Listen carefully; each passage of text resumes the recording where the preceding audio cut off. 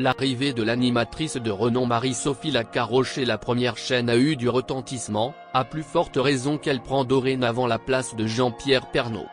Ce dernier était la vedette du 13h de la chaîne depuis 33 ans. En effet, il s'agit d'une mission difficile que la plupart des gens n'avaient pas eu le courage de tenter. Cependant, la femme de 46 ans a saisi cette occasion qui lui était donnée. Elle arrivait toujours à captiver les téléspectateurs à travers les journaux qu'elle est tâchée de présenter en dépit des commentaires sur ses premières prestations.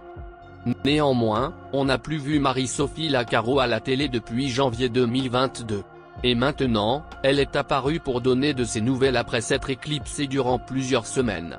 Donnant une impression effrayante, elle déclare enfin que sa disparition est due à sa santé.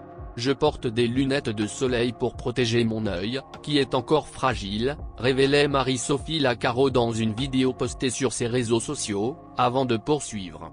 Je ne veux pas m'étendre sur mon cas. Mais, pour répondre à tous ceux qui s'interrogent et pour que vous compreniez mon absence qui dure, sachez que je souffre d'une infection rare et sévère à l'œil qui nécessite un long traitement.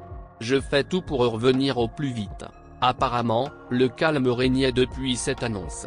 En fait, c'était la raison pour laquelle Jordan Deluxe a demandé à Jacques Legros, son remplaçant provisoire, des nouvelles sur l'état de santé de la journaliste, au cours de son émission. Or, comme réponse, l'invité a lâché « Je peux vous parler de ma santé, mais pas de la sienne », puis, il a précisé « J'espère qu'elle va revenir vite ».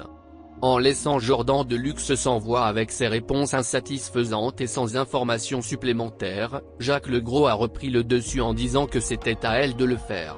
Elle l'a fait sur les réseaux sociaux. Ce n'est pas à moi au journal de dire comment va Marie-Sophie Lacaro. Ce n'est pas possible.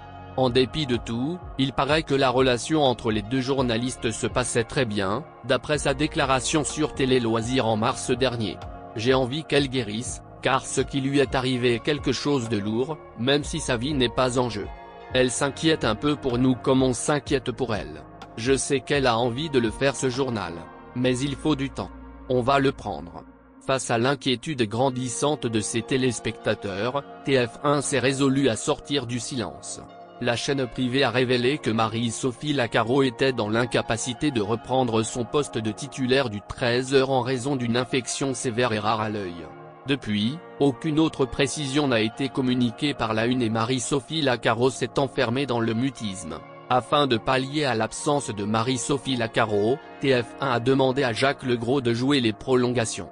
Le joker historique de Jean-Pierre Pernaut à la mi-journée a été interrogé par Télé Loisirs sur l'état de santé de Marie-Sophie Lacaro.